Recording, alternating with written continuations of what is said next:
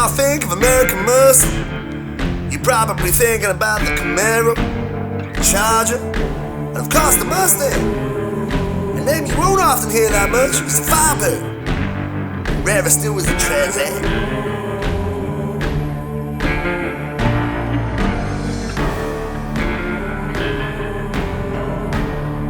Well, today we have, in my opinion, the best ever Trans Am, the 1977 Pontiac Firebird Trans Am.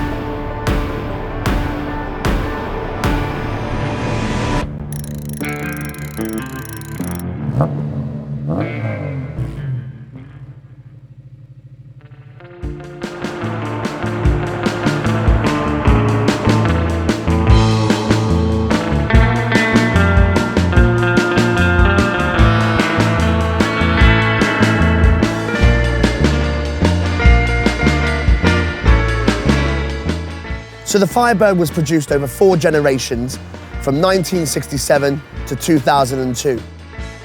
The Trans Am was a speciality package specifically designed for the Firebird, upgrading things like the handling, the suspension, and of course, horsepower, as well as minor appearance modifications such as speciality hoods, bumpers, fog lights, spoilers, and wheels.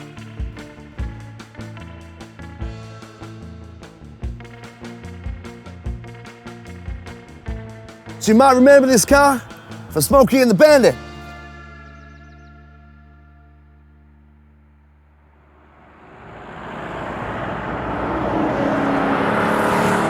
So this car came with a naturally aspirated 6.6 litre V8 engine, punching out 220 brake horsepower and 441 Newton-meters of torque. And it also had a supposed top speed of 132 miles per hour. 1977, that was no joke. So the Trans Am was the super sports Firebird of its day.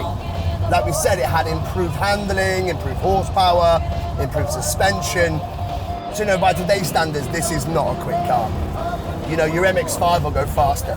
But it is really, really enjoyable to drive.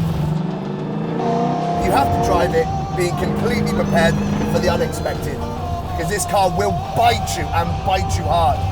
You brake too harshly, the car will go sideways. You put your foot down too much, the car will go sideways.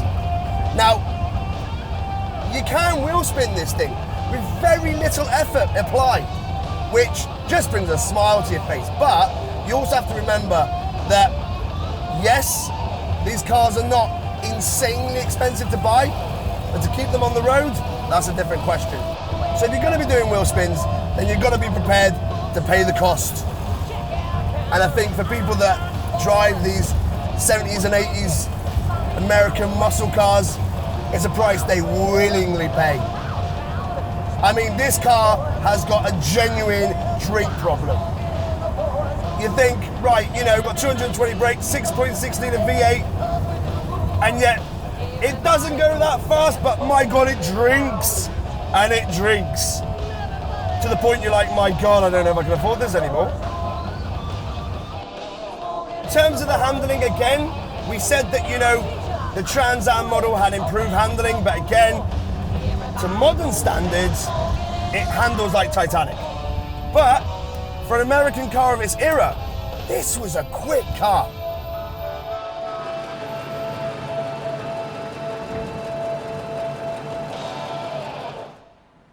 So when you first get in the Trans Am, you are greeted with red everywhere. Red lining, red seats, red floor mats with the Trans Am logo. And if you're still unsure, you've got a Trans Am logo here, and you've got a Trans Am logo here and here. So no doubt you're in a Trans Am. Now the auto box is, it is of the period, but it's not as ugly as what other auto boxes were of the period. So that's quite nice. And again, you've got another Trans Am logo on the top there, just in case you're forgetting. Now, amongst the red, you've got a lot of chrome going on. So you've got the window switches in chrome, you've got the mirror adjusters in chrome, you've got the whole dash is in chrome, and again, very period, you've got your revs, your mile per hours, your voltmeter. You do have the fuel gauge. Not overly sure if that's 100% accurate, but it does drink like an American car should, so you could probably say it was accurate. So everything's very tactile, you know, left, right, up, down, and the steering wheel is just really basic, to be fair, very period. And you will find that there's no place to activate your high beams, because that's done in the footwell with your foot. So that's a bit different. So this is not the standard radio that come with the car, but it is quite period correct. So that's points in my book. Oh, hang on a minute, what? Damn!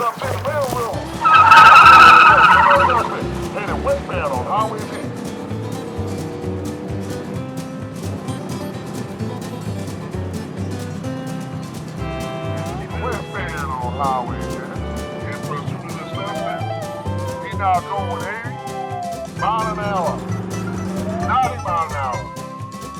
That boy doing 110 miles an hour, gonna get a roadblock, cannot breathe from there. Now, factory claims back in the day said that this car could do 0 to 60 in 6.6 seconds. Well, let's see.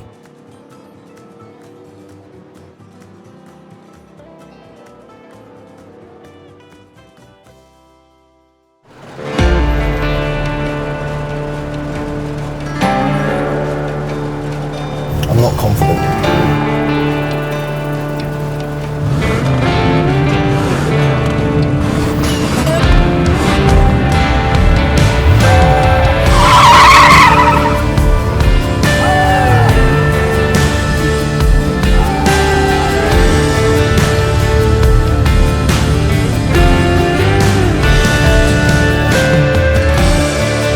Okay, so we've just done the 0 to 60. It didn't do it in 6.6 seconds. It was more like 14. You know, it's an old car from 1977, so that will account for some of the issues, being that it's probably lost a few horses over the years. But also as well, were we really expecting it to do it in 6.6 seconds? I don't know about you, but I wasn't. You know, I'm never really surprised by old American muscle. They just had these massive, massive engines that drink so much fuel. You just get hardly anything from it. But then you also have to admit that back in '77, fuel was fairly cheap. Especially in America, because, well, if they run out, they just go to war, they invade somebody. Keep the prices low. This is an American car. Huge packages, not a lot of stamina.